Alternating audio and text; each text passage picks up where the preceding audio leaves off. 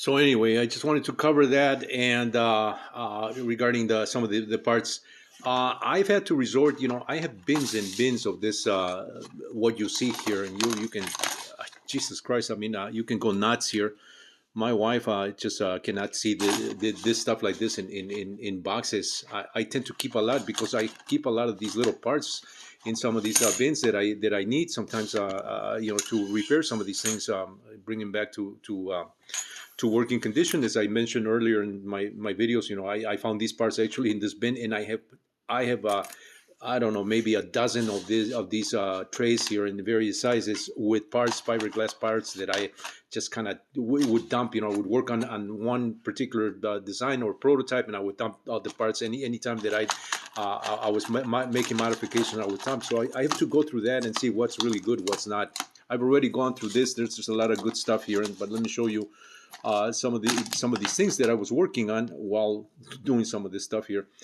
This is one of my very very early collective pitch flybarless heads here. You can see how fluid that movement is. This is all CNC machine parts.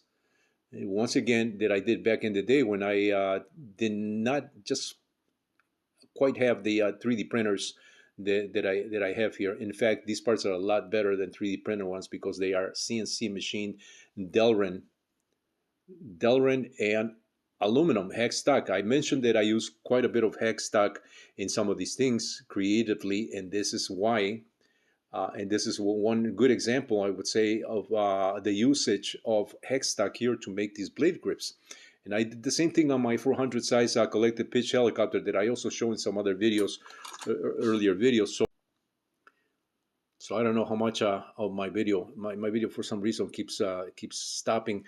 I was talking about some of these gears. That this was another CNC machine gear that I had.